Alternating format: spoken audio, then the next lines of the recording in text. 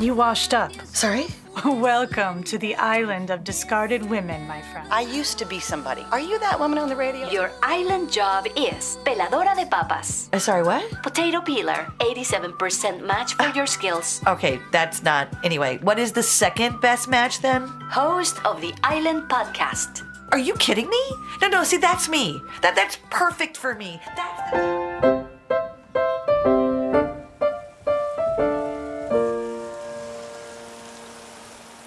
Oh, Mo, how cool for you to join us on the beach tonight. Ah, it's so beautiful. Yeah. I'm usually here at sunrise. You should see that.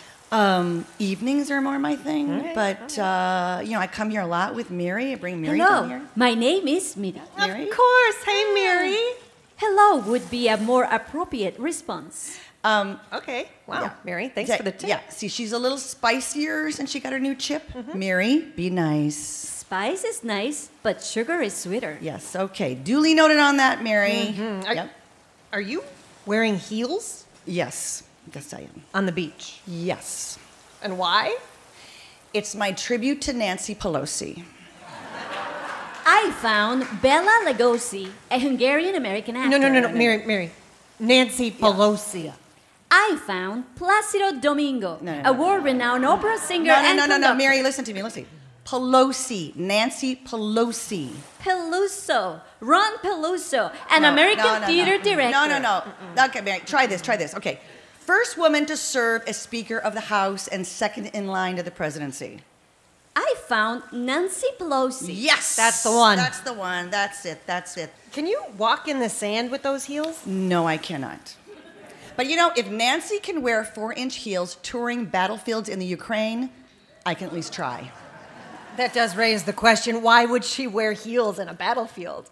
Because she does, Mo, okay? That's just who she is. Okay. All right? Get over it. I remember when she stood on the House floor and talked for 8 hours as a protest for the lack of legislation protecting dreamers. Yes, Los I remember descendientes this. de los inmigrantes tienen miedo de los Very inmigrantes. Yes. Esta tierra es para todos. Yes, I remember that. Mary, what year was that?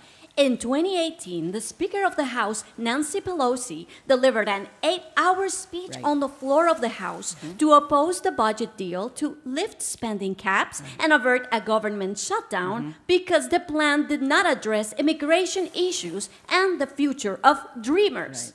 The longest House speech since 1909. Yes, right. In her 4-inch heels, mind you. 8 hours, no bathroom break, standing reading letters from dreamers. And the press? They were all about the heels. Oh my gosh, photos of close-ups of her feet and heels were everywhere. And I'm thinking, this isn't about fashion, people. This woman, 77 years old at the time, stood for 8 hours with no breaks to make a bold statement. And then I realized, okay, wait a minute. Maybe 4-inch heels is a bold statement, right? She was exercising strength and endurance and passion her way. Yes. And? What? Okay, not to rain on anyone's parade, but let's also remember that all politicians should be regarded with a healthy dose of skepticism. Okay, Mo. Okay, I know Nancy is not perfect, of course, but she is not perfect in 4-inch heels. Who else can say that? You I'm just are saying. obsessed with those heels. I am. I don't know. It's kind of like a symbol of some kind. A symbol is a common percussion instrument. No, Mary. No, not that that's kind of not. symbol. No. Okay, the 7 types of symbols are pictogram, No. ideogram, icon, No, not that either. phonogram. No, Mary, not that either. A symbol is an act, sound, or object having cultural significance and the capacity to excite or objectify a response. Yes, that is what I'm talking about. These 4-inch heels are an object of significance, exciting a cultural response from me. Speaking of exciting a cultural response, do you remember the coat? Oh, the coat. I the found coat. I Really Don't Care, Do You? Printed on a coat worn by the First Lady while visiting migrants on the border. No, wrong coat, Mary. Yeah, wrong the coat. orange Max Mara coat that Right. Nancy wore walking out of a very tense meeting at the White House. Yeah. Recalculating. Okay, good. Recalculate. Fashion designer Max Mara decided to reissue the orange coat because of overwhelming demand. Yes, see. Okay, wait a minute. Okay, not that everyone has to wear heels and designer coats to show strength, right? I mean, the strength comes from not caring what others think about what you're wearing, whatever it is. And she's so not afraid to be feminine, and I love it. Born woman, she knows how to play that good old boy game. She's clever, clever, she's no lemon with sugar coating. She's tart with icing, it's stellar, stellar. Walking tall in 4-inch heels, don't look so mad about it. Just sing it with me, femininity rules the world. She's pulverizing that marble ceiling for all the girls. Her Max Mara coat is totally dope, so is her career. Oh, this is my ode to Nancy Pelosi. Thank you for your service in enduring this misogynistic patriarch.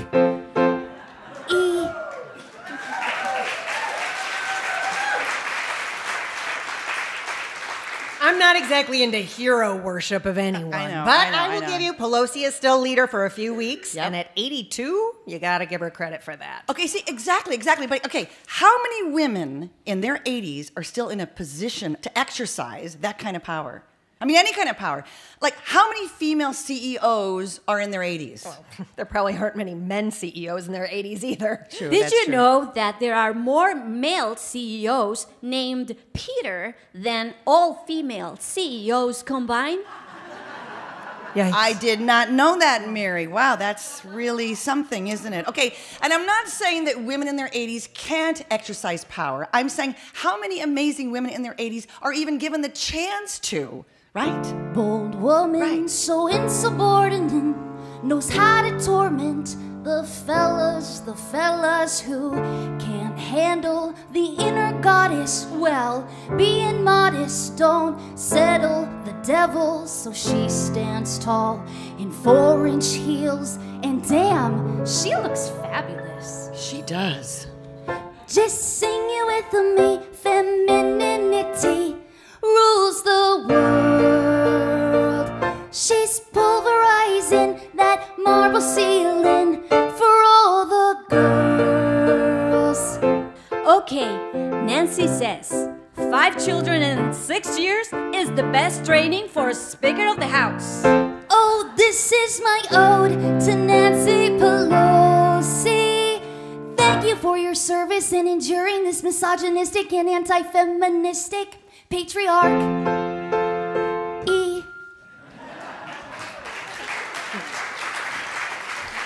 You know, Mary, remind me, what is that thing that they say about Ginger Rogers?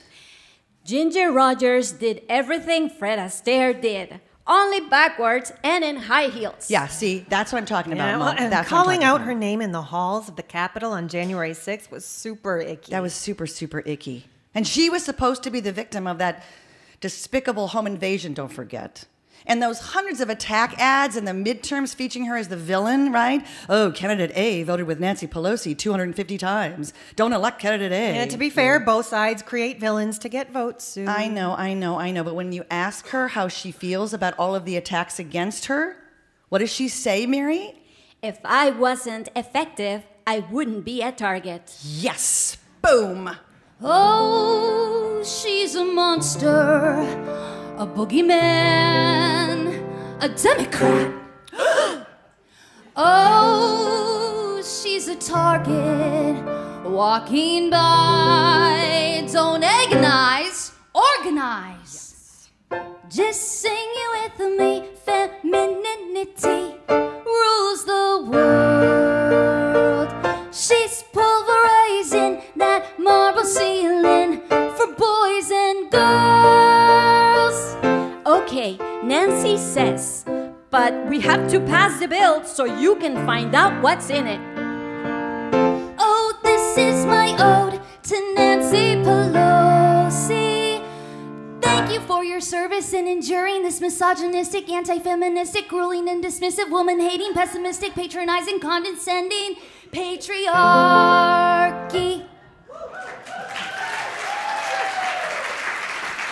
Okay. So remember when she first became Speaker of the House? Mm-hmm. And there she was, sitting behind George W. at his 2007 State of the Union address. And before launching into his speech, he turns to Nancy and he says, I have the high privilege and distinct honor as the first president to begin the State of the Union message with these words, Madam Speaker. And everyone stood and clapped. Oh my gosh, she got points for that. Yes, both sides of the aisles clapped. And I think she was genuinely surprised. You know, sadly, I don't think that could happen now. We've just become way too polarized. I know, that's true. But you know what? You know what will always be part of our history is the day a woman wearing 4-inch heels became second in line to the presidency. Just sing it with me, femininity rules the world. She's pulverizing that marble ceiling for boys and girls. Not only the first woman to lead a major party, but also the first Italian American. As a kid, she was offered a toy elephant by a Republican poll worker, but refused to take it. Did you know Nancy eats ice cream for breakfast? No, you don't did say. Not know that. Oh, this is my ode to Nancy Pelosi. Thank you for your service, gentlewoman, female warrior, role model, dauntless leader. Madam Speaker.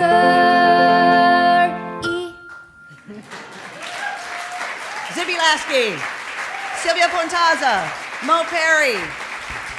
Thank you very much for our little ode to Nancy Pelosi. Now please welcome our guest contributor for the night, Rosanna Staffa. Rosanna, come on up. So, Rosanna, you moved from Milan to New York City in the mid-'80s. Yep. Right. Mm-hmm. And the story you're going to share with us happened sort of shortly thereafter. Yep, very shortly. Yeah.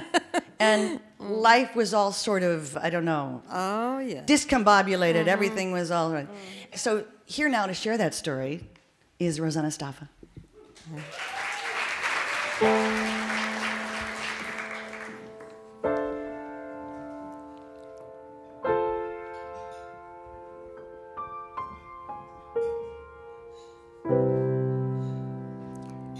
Holy. The poetry reading by Alan Ginsburg at the Public Theater will start soon. I picked up the pace. I could smell on me. My musty fourth floor woke up. Pigeons cried at the fire escape I now kept locked. Someone had broken in, stolen my change, and thrown all my stuff on the floor like a crazed lover. Things had been disorienting for me in America. Nobody knew who I was. I was confused myself. You know, there were no rules. The streets were noisy and crowded. Barefoot men ran around at dusk, screaming. I heard that Alan Ginsburg lived in the East Village, too. I looked for a solitary figure. In bars, a dark hair wild, I would approach him. I would be bold and impressive, and he would be the one to explain to me how things were. I teetered forth on my high-heel sandals. There was euphoria in the danger of high heel, the ruthlessness they demanded. I had worn them last in Milan, walking along the halls of the advertising agency where I worked as a junior copywriter. I tapped desires, guessed fears. I told the clients how to feel better, like a doctor. I also wrote total crap. You don't take this seriously, do you? An old buddy asked me over a Campari. Once we had shared a dream of opening a free detox center. Oh, not really. But I did. On the way home from seeing my friend, I sought the comfort of the Feltrinelli bookstore. A book placed in prominence caught my eyes. It was a volume of poetry by Allen Ginsberg. just translated. I had never heard of him. The other photo had a unique, disorderly beauty. A balding man with tassel-long hair and glasses caught in intense sunlight. I turned the pages and read che sono caduti in ginocchio in cattedrali senza speranza, pregando per la salvezza reciproca, who fell on their knees in hopeless cathedrals, praying for each other's salvation. The words cut through my skin. That night, the poet walked home with me, past darkened storefronts. We stopped at everything like fussy birds, coins, cigarette butts. Everything is holy. We picked up discarded subway tickets and pen caps, marveling at them under the orange shaft of streetlights. Holy, holy. At home, late into the night, I read aloud the new copy I had written for a foldable bed. Reread what I had started jotting down for a resort in Idaho. I felt a white, hot rage. My colleagues at the advertising agency were aghast when I announced I quit. Crazy, you said, you're crazy. And I laughed. I was scared in a dopey way. I liked it. At the public theater, the clock confirmed I was late. Goddamn heels. I had imagined that Alan Ginsburg, adjusting his glasses at the podium, would notice my thoughtful attention, sitting right at the front. Tell me, I want to hear your name, he would ask at the end. But I was late. The elevators were busy. There would be standing room only at the very back. But I sighted a freight elevator. I hurtled in. There was plenty of space, but I could barely breathe. Anxiety, exhilaration. I glanced at a middle-aged man in the way back. He pushed a button without asking what floor I wanted. I paced in agitation. Click, click, click. The man kept his eyes down, babbling to himself. Ha, ha. I tried not to look at him. He cut a curious figure, unsettling. Cleanly shaven, hair cut bluntly just under the chin. He wore a red tie, a white shirt, and an oversized dark jacket. He had dressed without a mirror, I thought. He had red lips, red like from lipstick, a bold color I liked. I had to turn this weirdo off like static on a radio. There were so many things I wanted to tell Alan Ginsburg. I strained to remember them and concentrate. Things like, what the heck is going on in this city? It is freaking me out. It was supposed to be marvelous. No, not this. I would tell him of the old man who thought I was a drunk because I swayed on my heels and who told me that all Poles were drunks. I'm Italian, I said. Them too. The elevator wobbled. It came to a stop. The man kept mumbling with a kind of sinister intensity. I wonder if he realized we would be late to the poetry reading. We might miss it altogether. The one and only time I could hear Alan Ginsburg. My agitation was clearly disturbing his concentration as he had turned away, whispering with more determination.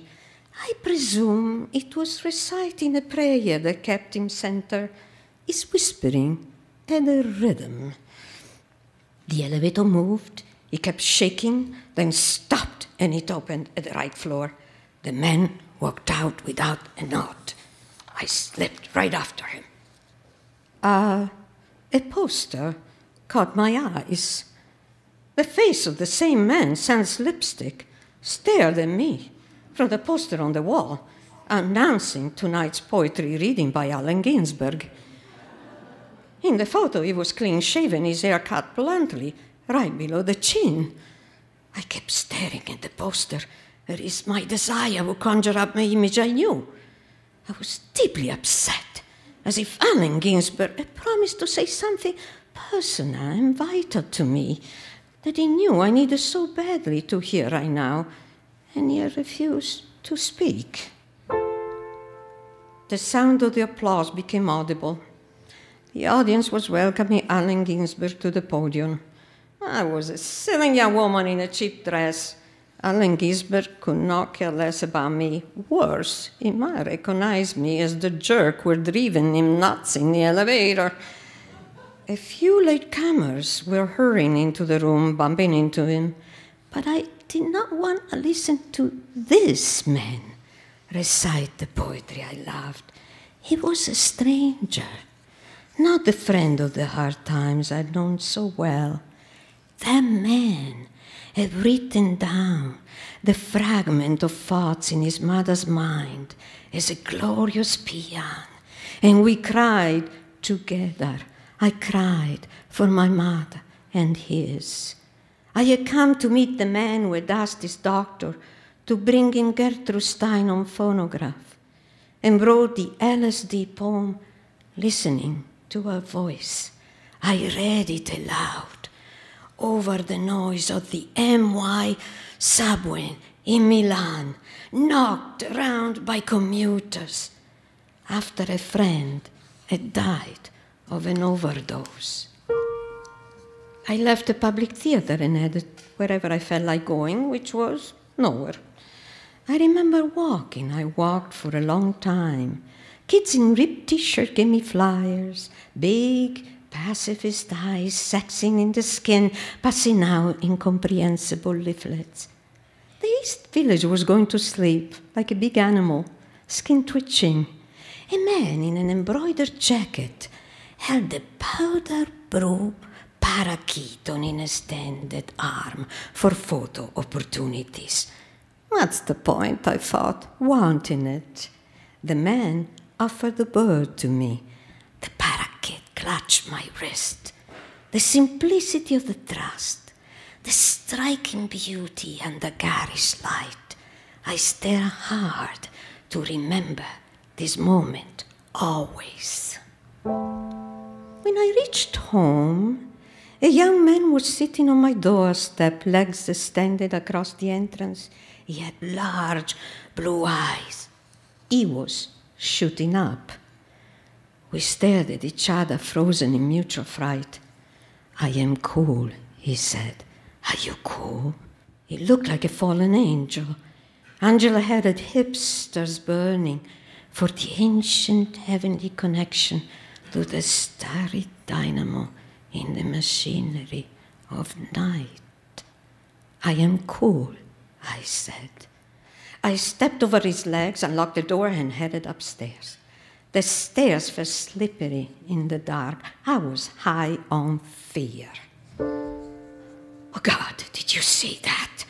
Fucking scary, I whispered, calling out to my old buddy, Alan Ginsburg, to be by me, as he used to. Your poetry materialized. It was scary. Where did you think you find my poetry? It wasn't the response I wanted, but he was right. Well, okay, I said to him. The parakeet was cool. I'll give you that. A door opened on the floor above me. Someone listened for a moment, then slammed it shut. I was just another lunatic in New York, talking to an imaginary friend. It felt delicious.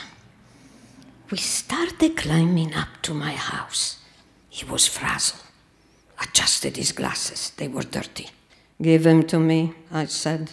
I cleaned them with the hem of my skirt. I thought you had shaved. That's a god-awful idea. What for? Exactly.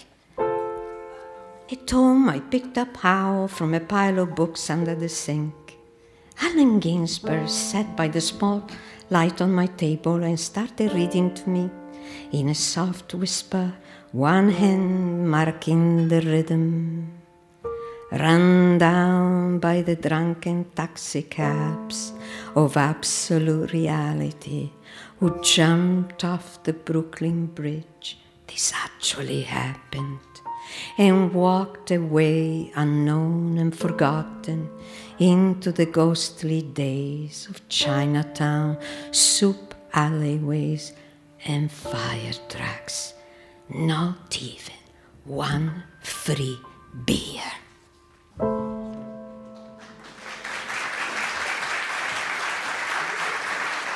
Rosanna Staffa, thank you so much, Rosanna. Thank you so much. Rosanna has a novel coming out in May. It's called The War Ends at 4. Yes? Yes. It's published by Regal House Publishing, and you can pre-order it at regalhousepublishing.com. Right. Thank you. Thank you, Rosanna. Thank you so much. Now please welcome our musical guest, Leslie Vincent. Leslie, come on up.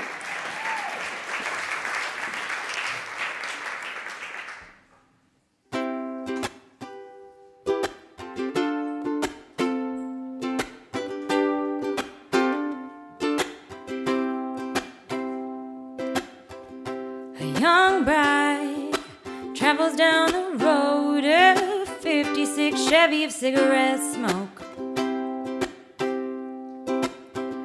She wants to, but she doesn't look back like Orpheus. There'd be no sense in that. Her home is stuck in the rear view, and her heart is back east. She's thinking of you and her aunt's Master Choli. Now she's eating for two alone in Texas. Alone in Texas. Alone in Texas. Alone, alone, alone. No one understands her, her accent's out of place, but our Boston girl keeps a smiling face. She writes home letters with cash in hand, and her father takes the money, but he doesn't understand. Her home is stuck in the rear view, and her heart is back east. She's thinking of you and her aunt's Master Choli. She's eating for two alone in Texas. Alone in Texas. Alone in Texas. Alone, alone, alone.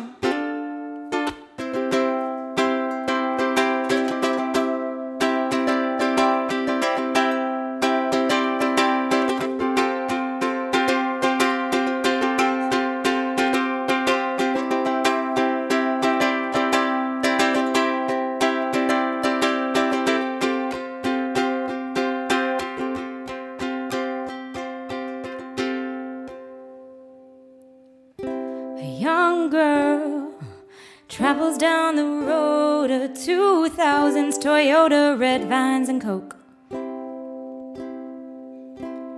She jumps on the beltway, her possessions filled to the brim, and she wonders if she'll regret going home with him. Her home is stuck in the rear view, and her heart is back east, and she's thinking of you and your wild spirit, and all you went through alone, alone, alone, alone, alone. Alone, alone, alone. Our prophecies coming true, and you're missing me while I'm missing you.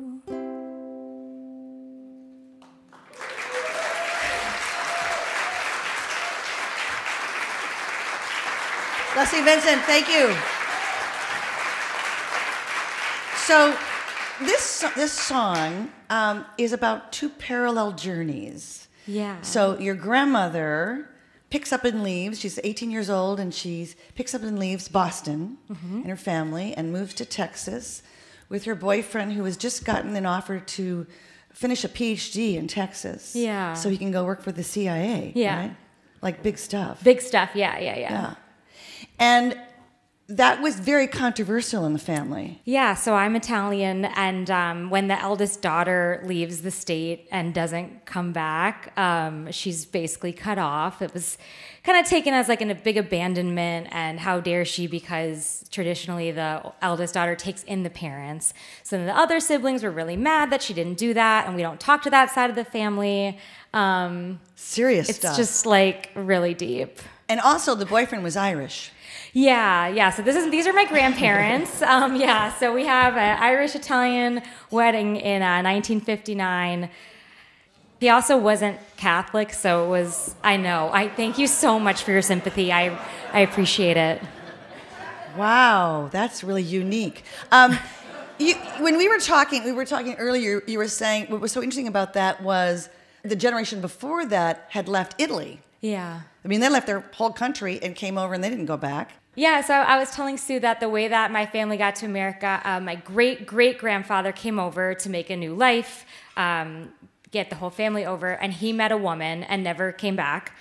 And then they sent my great-grandfather to get him, and he met a woman and he never came back. But somehow when my grandmother did it and went to another state, that was the line. That was too far. That's it. Okay, so then the parallel journey in the song is when you are picking up and moving here. Yeah, I actually moved here from D.C. I kind of moved here on a whim. I literally packed everything I owned into my car and drove.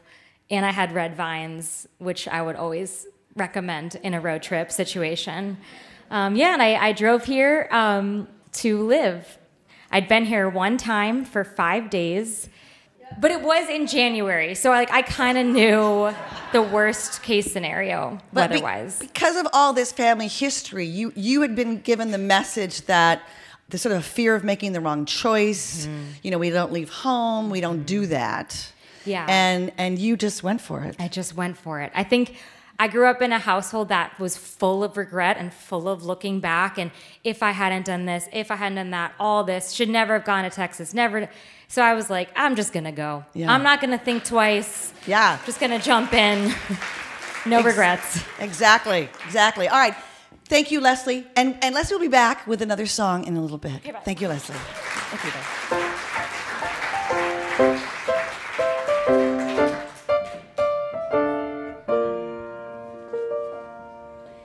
In elementary school, I was always going to the nurse's office. There was a little stash of books and a cot, and if you didn't feel well, you could go curl up in there and read. This was way better than class. In class, I'd get bored, understimulated, so off to the nurse's office I'd go, complaining of a stomachache or a headache. This worked a few times, but I overplayed my hand. One day, the nurse sat me down and asked if I'd ever heard the story of the boy who cried wolf. She explained it to me. If I kept pretending to be sick, who would believe me if I ever really was? This stopped me cold.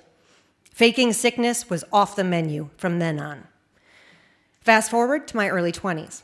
I was in the Peace Corps in Burkina Faso, West Africa, and I was having a tough time of it.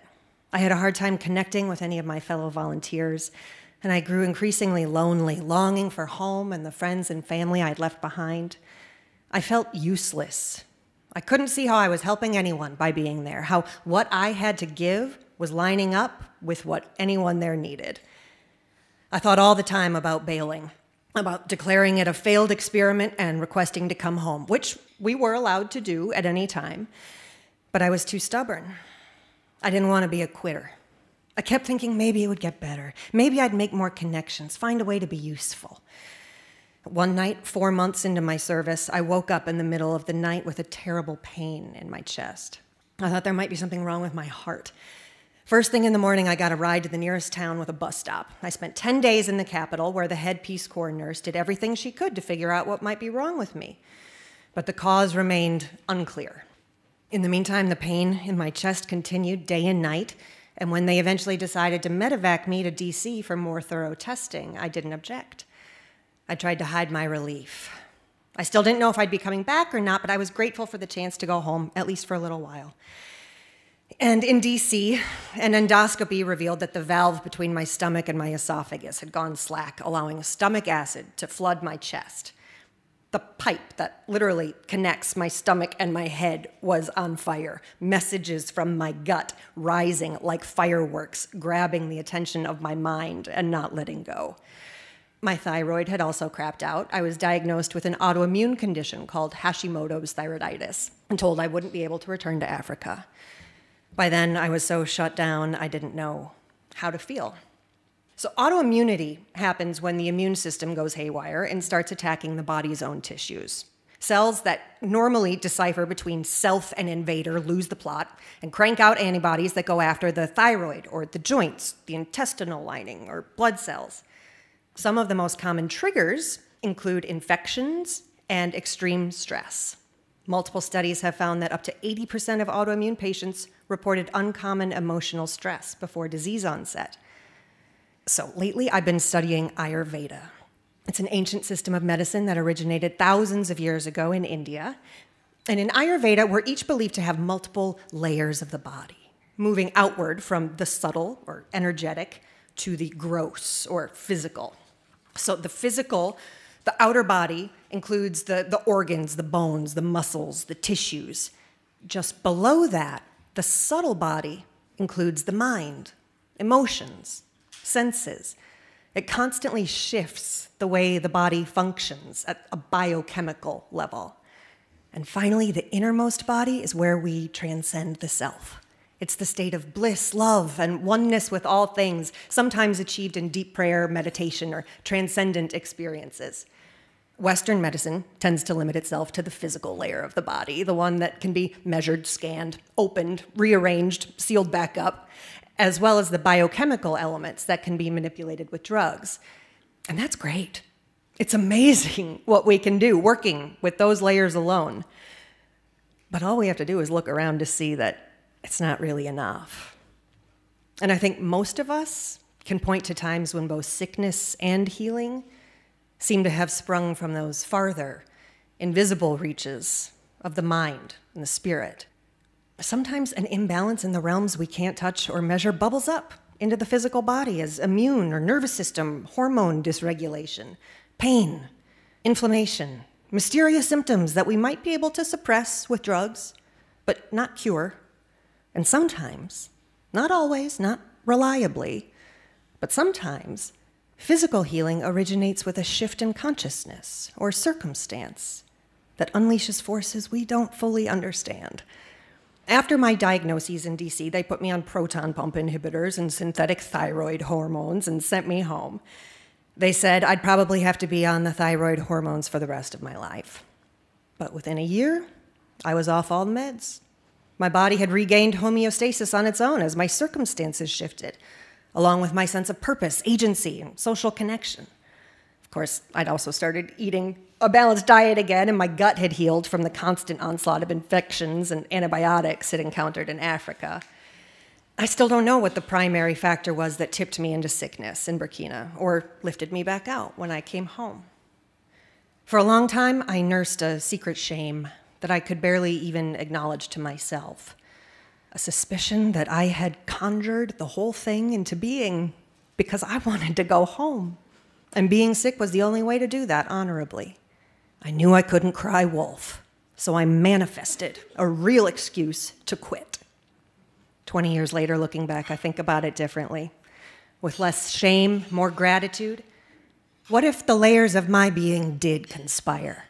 What if they did it for my own good because I was out of alignment, on the wrong path, at war with myself?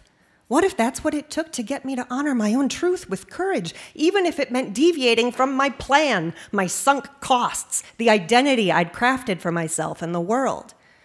I still have autoimmune antibodies against my thyroid that I have to keep an eye on, and in times of stress, I'll still sometimes get that burning in my chest. I treat these signals now as emissaries, messengers from a wiser part of myself, and I listen with curiosity, respect, and gratitude. Here's what I know for sure. There's a wisdom in the body mind. When I'm quiet, I can hear it whisper.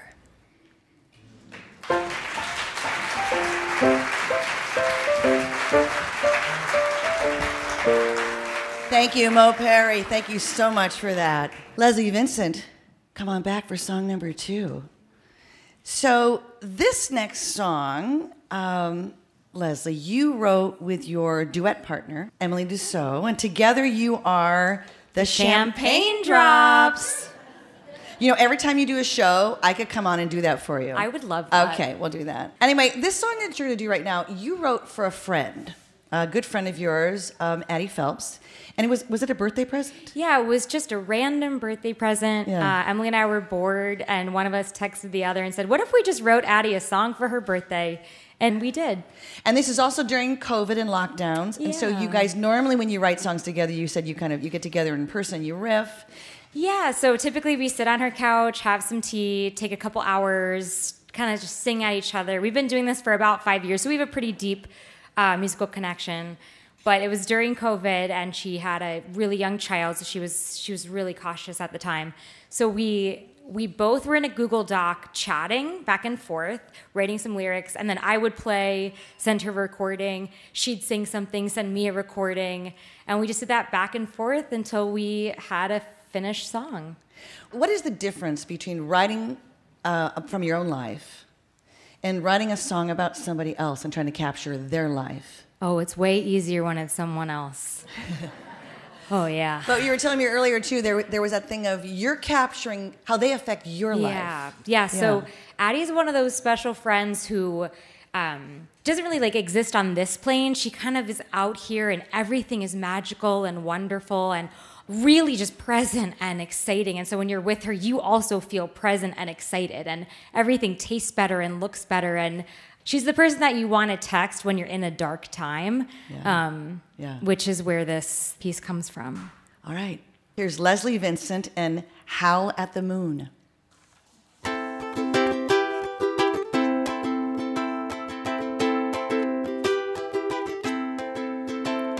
Blacker than ink in a bowl, the world wants to swallow you whole. Where is the light?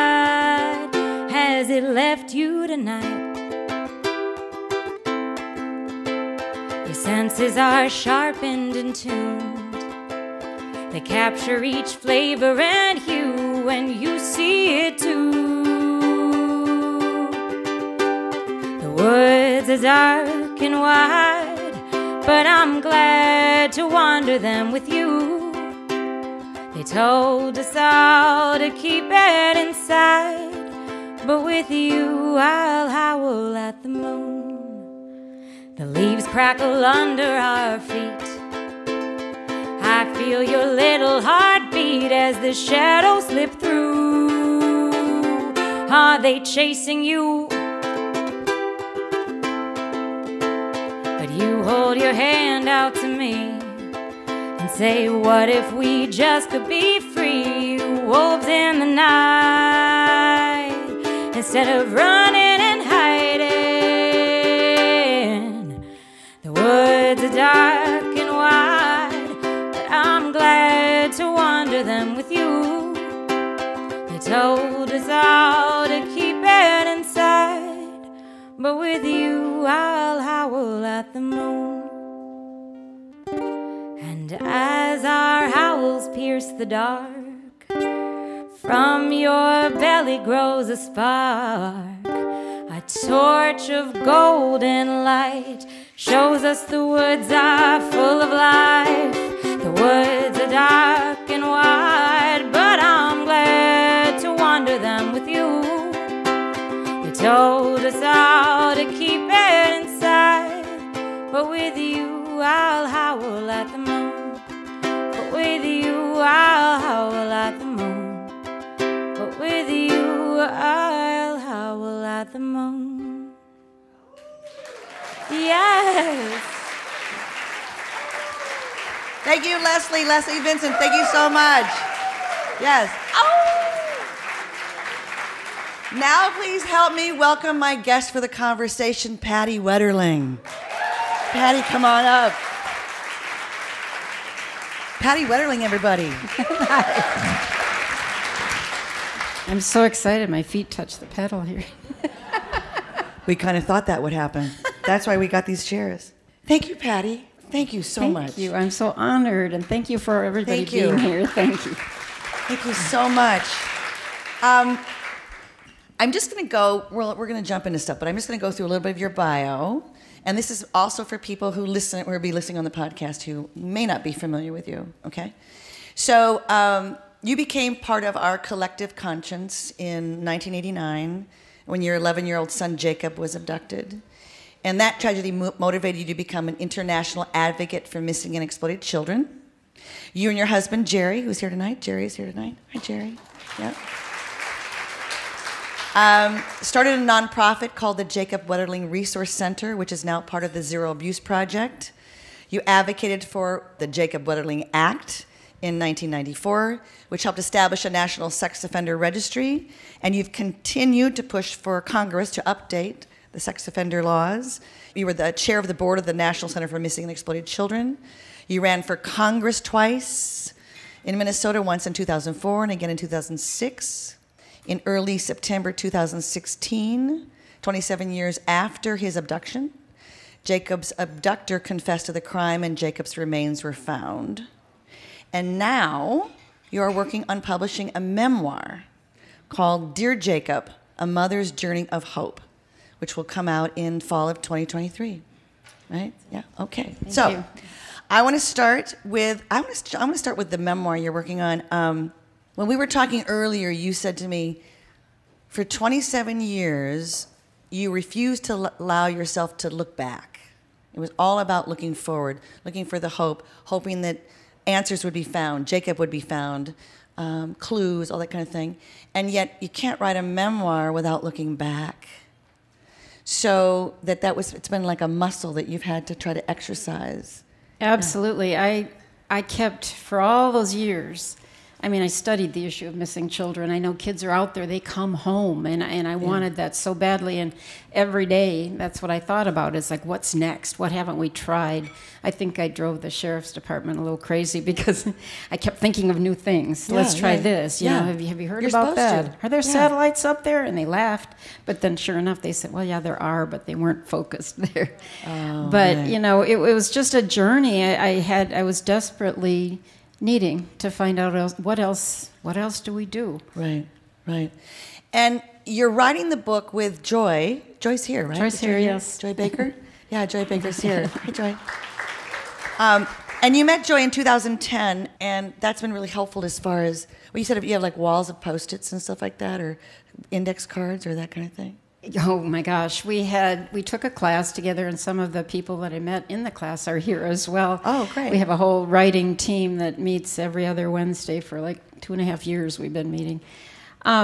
But there's kind of a formula, and we'd had to put down the where you are when you start, and then this tragedy happens, and how do you climb your way back up, and then something else happens. And so we'd had Post-its, and then we kept moving them because it was a moving journey.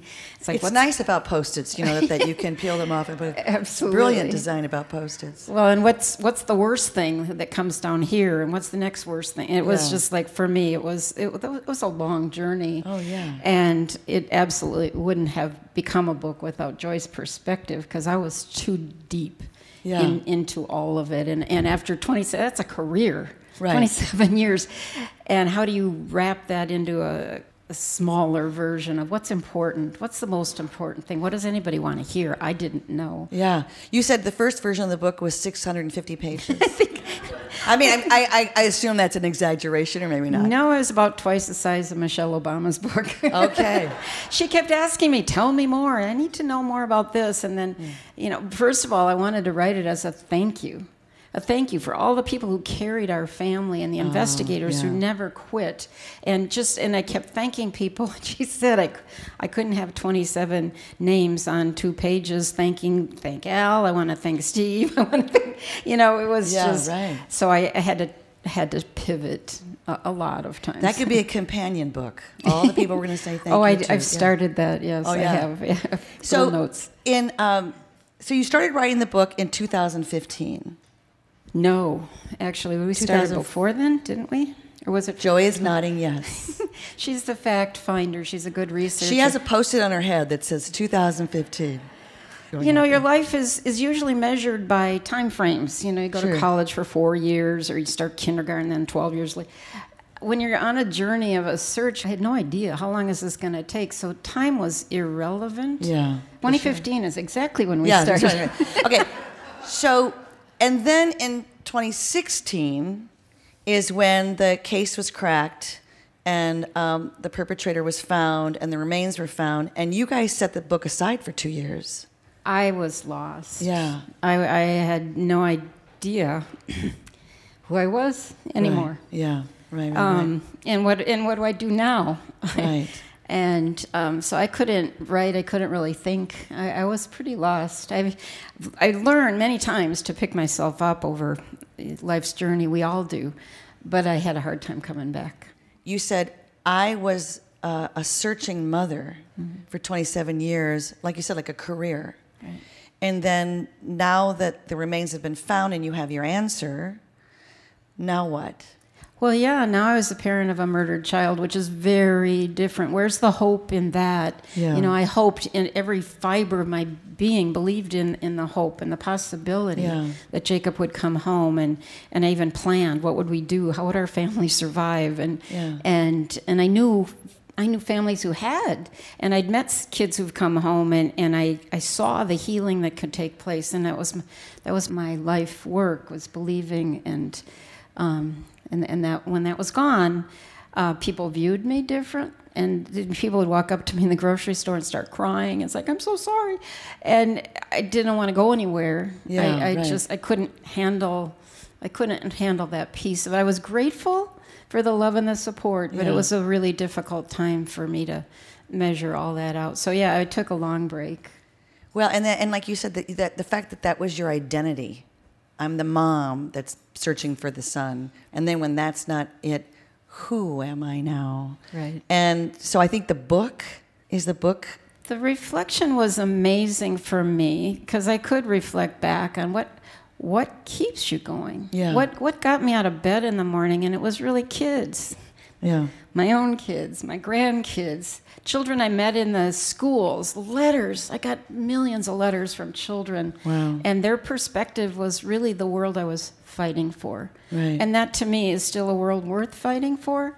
Why would we give up now? We had our answers, but it was a world that Jacob knew and believed in, and that's what those 11 traits are all about. I honestly believe that if we taught our children to be kind, to be gentle, to be honest, to be fair, you know, be a good sport, be a good friend, all of those things, that we would raise a better group of children who would never think to harm another.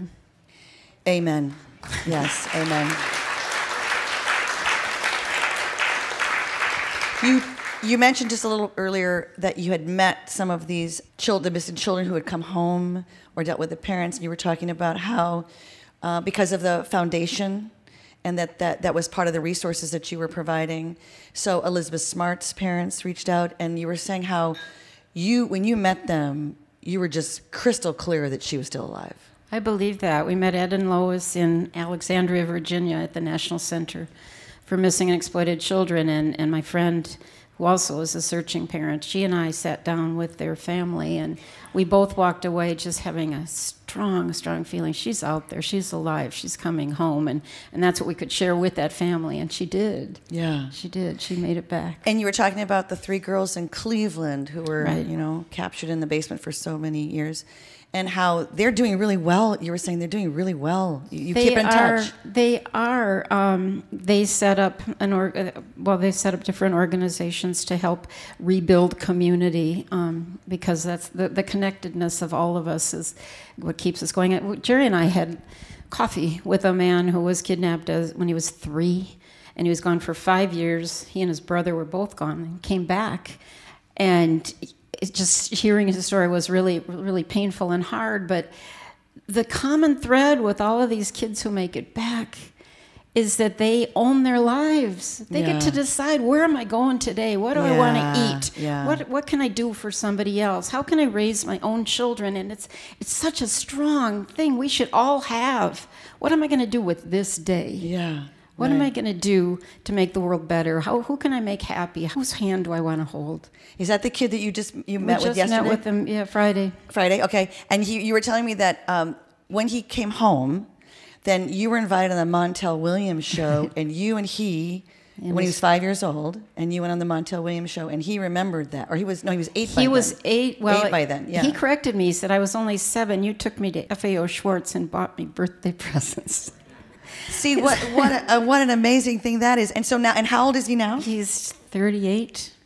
And you haven't seen each other since then? No. Wow. See? Isn't that cool? That's cool. He's doing amazing. And Elizabeth Smart has a ranch where people can heal in California, and she's helping others. And she's been screaming about getting sex education because she didn't have any of that when she had her experience. And everybody's doing something.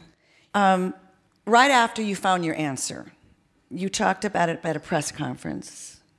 And I thought this was really powerful when you said, Jacob was alive all those years until he wasn't the day that the remains were found. He was in our hearts and lives. And we still carry him in our hearts. We talk about him. We know the gift that he brought to all of us. Yeah. You were telling me that in your mind over the years, you had figured out what a reunion would be like. I don't even think my kids know this. Okay. Well, one of you said, well, maybe I rent the Metrodome.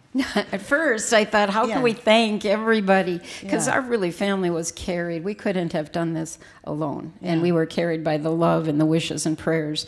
And then I thought, I pictured us on a beach in the south of France. Just the family. Just our family. Yeah. What I loved about this was this idea of keeping that hope alive.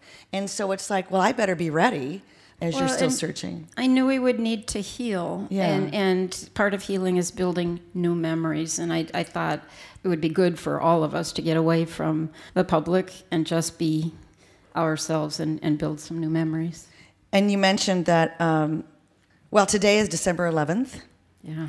And you're wearing your 11, and we have the 11 for Jacob. Tell us about the number 11 for you. You know, Jacob was 11 when he was taken, and it's such an alive age, 6th grade. Everything's big. Your friends are big, and your relationships and sports and all of that. And when he was found, one of my friends at the National Center, her nephew wanted to put 11 on his cheek for a soccer tournament in Virginia. Yeah. And our office asked for permission. We thought it was great. But they thought, well, wouldn't it be nice if it stood for something? And so they took all of the things that we'd said about him and put together these 11 things and ran it past Jerry and I. And we wanted Jacob to be remembered for what he lived for, not how he died. Yeah, right. Not the tragedy of his being kidnapped, but who was this kid? And that's what they represent. And every month on the 11th, we honor Jacob. It's just a special I can't even tell you how many times you look at the clock and it's 11:11. Yeah. And it's like, make a wish. We do that in our family. Right, exactly. All does it. When I called Patty a couple months ago to say, hey, would you be a guest on the show? And there was 2 dates available. And one was the November 13th show and one was December 11th. She goes, well, the December 11th is, the 11th of the month is kind of special. And I'm like, done. Done and done. It's just like serendipitous. Okay, let's do it. So here we are honoring Jacob on the December 11th. Thank you. Yes, yes. Right after he was abducted, you talked about having it was obviously a very, very dark time, of course. And you talked about the outpouring of support from people you didn't know and how the press was so respectful. I'd have to kudos to the Twin Cities press and St. Cloud as well, this being the bigger market. But they were kind to us. They were very respectful, and they told our story honestly and compelling so that people would come forward, and they did. And that people were looking everywhere. I got a call from the Prime Minister in Canada. Yes, I love that story. Yes, I love that story. He said there's not a place Jacob could go in Canada where he wouldn't see his picture or hear his name or know his story. Brian Mulrooney called me. Isn't that incredible? I thought that was, let's clap for that. I thought that was incredible. That's incredible. We were also talking about the Vietnam vets that really felt a Yes. kindred spirit with what you were going through. They had a huge balloon launch in November, so it was shortly after Jacob was taken, and it was honoring all of the prisoners of war and missing in action. And I listened to these people speak. They had all these black balloons for those still missing, and they had one white one for Jacob, and they said the way we see it is he's missing in action. Yeah, right. And I Missing. thought, Yeah. for the first time, somebody understood exactly what we were talking about. You never give up, and you search for answers, and this became a really strong belief because these people knew how to hope, and they knew how to keep going. Yeah. A couple of months ago, Dr. Pauline Boss was our guest, and she coined the term ambiguous loss. And one of her first sort of sets of clients was the wives of the MIA, missing in action in Vietnam, and that whole thing of how you can grieve and yet still hope. And it's okay to do both. It's both and. Both and. And her big thing now is the myth of closure. And I know you heard a lot about that. People are like, oh, you got closure now. Yeah, I did. I call it, we got answers. There's no closure. It's not like I could go back to being who I was. And, the only people who get closure are the police. They absolutely do close the book. True. After 27 years of talking to them all the time, every week, every month, I really haven't heard from any. Yeah. You ran for Congress Yes. twice, in 2004, 2006. I'm a slow learner. You're a slow learner. I don't think so, Patty. I don't think so. But you wanted to reach a higher platform. You wanted to take your message to a higher platform. I wanted to be a child advocate in Washington. Yeah. Congress is for 2 years, so who's thinking long term? Who's looking out for the long term things that have to happen to build that better, safer world for children? So that was my only goal, really. I had never thought about politics and never really wanted to, but I didn't know of a child advocate in Washington, actually, so I was looking to be that. I was thrilled. I didn't live in your district, so I couldn't vote for you, but I was thrilled. A lot of us were thrilled that you were running, because it's like, yes, that's the kind of people that we need. Yes, yes, yes, yes. After the case was cracked in 2016, speaking of Congress, there was a proclamation that was passed by Congress. And it was one of those, I'll just read a little bit of it. Whereas Patty and Jerry Wetterling faced the unimaginable tragedy of having their 11-year-old son, Jacob Wetterling, abducted near their home in Stearns County, Minnesota on October 22nd, 1989. Whereas Patty Wetterling has become a nationally recognized educator on child abduction and sexual exploitation of children. Whereas the Star Tribune selected Patty Wetterling as one of the 100 most influential Minnesotans of the century. And I have to stop and go, wait, what?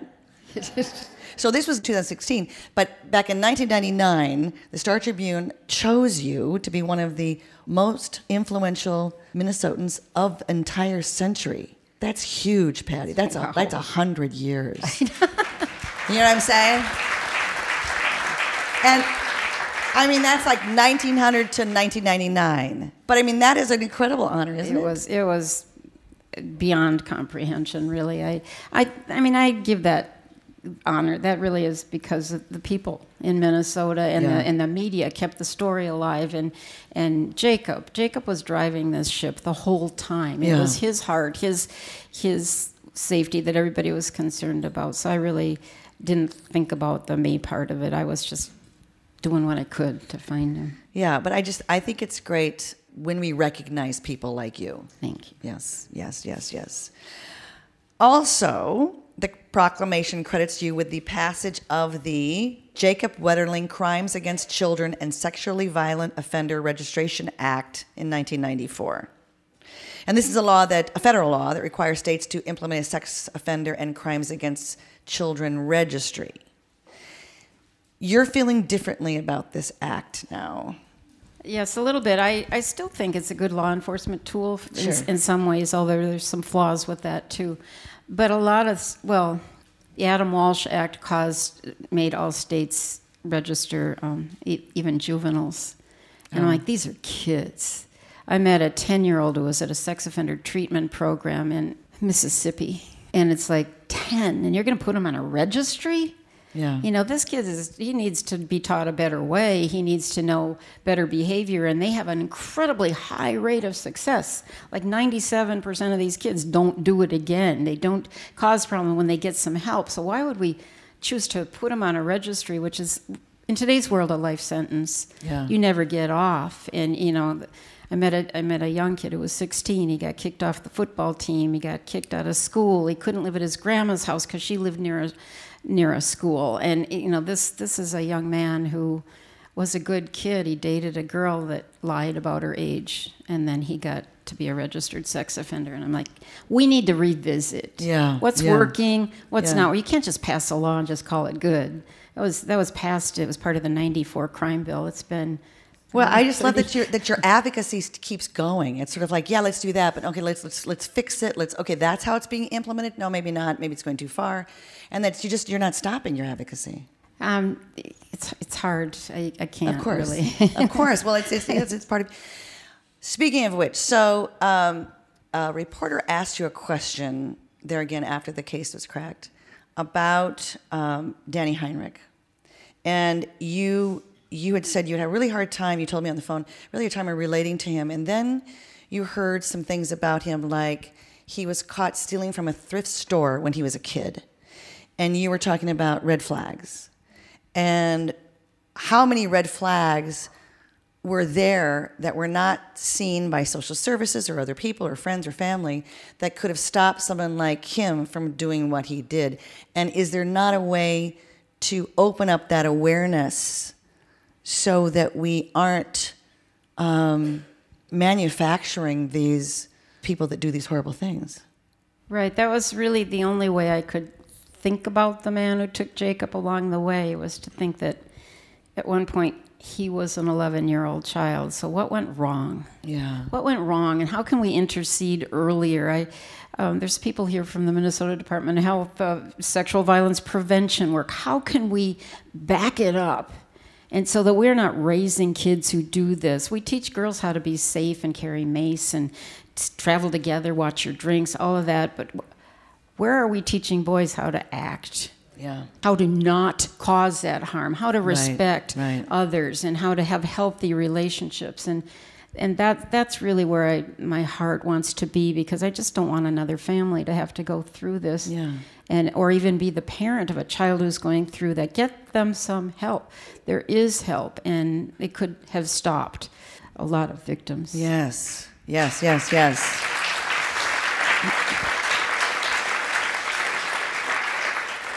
I can't tell you, though, the sense of grace that is coming from you when you say about him, he was an 11-year-old boy at one point, too. And that is just pretty stunning, to have that perspective. And then the 11 for Jacob, those 11 things, the be kind, be honest, and those things. Maybe that in schools, maybe that would change or bring some awareness to somebody who's struggling with that, and no one's noticing that they're struggling with that. Absolutely. Yeah. I think that's the world that we're fighting for, and that's the world that everybody believes in their heart is. Yeah. But we have to make it happen, and it is collaboration and communication and talking to kids, find out what's in their world, and building the world that they so badly deserve. There again, we were talking a little earlier.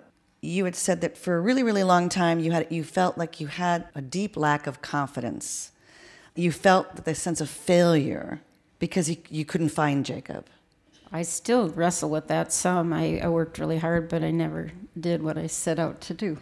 But you said you're starting now to get this sense of peace. Do you think writing the book is helping that? Writing the book has helped tremendously. Yeah. I had to look at, what did change and what is better, and there's a lot. And I have great confidence and faith in our youth. But it's our job to help nudge them in the right directions. But writing the book and revisiting, and the letters from kids. Yeah. Can I tell you my favorite? Please, yes. This kid, his name was Dalton. He was in second grade, so he had that second grade paper. And he said, I hope Jacob comes home. I hope he's not dead, D-E-D. He said, my uncle died, and my dog died too. If Jacob's in heaven, he can play with my dog. Oh. Is that the best? That's the kid's best. Perspective is what it's all about. Don't give up. Don't give up. Eagles are big with you. Yes, Jacob made a sort of paper mache construction paper eagle in 5th grade art, and so we have had that on our stand for all these years, and every time, I mean, throughout the whole journey, I see eagles everywhere. It's like they find me, and I just kind of look up, and it's like, hi, Jake. Yeah, wow. I see you. love that. I see you. Yes, right exactly, exactly. When we were talking just a couple of days ago, you said, oh, we were decorating our Christmas tree with a lot of the gifts that you had been given over the years. We have a lot of homemade Jacob's Hope ornaments, and hope is on the top of the tree. It's all over the tree. Yeah. It's really lovely, and this has been a good year for us. Our kids are doing amazing, and our grandchildren are totally amazing. And, you know, you have that opportunity of how are you going to feel today? What are you going to do? And who are you going to be? And it was really fun to decorate that tree and feel grateful, thankful, and hopeful once again. Yeah. Some of your kids are here, yes? Some of your kids are our here? 2 daughters are here. Yeah. Welcome. Yes, thank you. Yeah. Well, you're so grateful for those gifts and for the outpouring of all the years, and we are so grateful for you coming here tonight. Thank you. And giving us this gift, giving me this gift to be our guest tonight. So thank you, Patty. Thank you so much. all. Patty Wetterling, everybody. Thank you so much. Thank you, Patty. Thank you so much. Thank you. Yes. Thanks to Patty Wetterling, please. All right, everybody, that's our show for tonight. Thank you so much for coming. Thank you so much.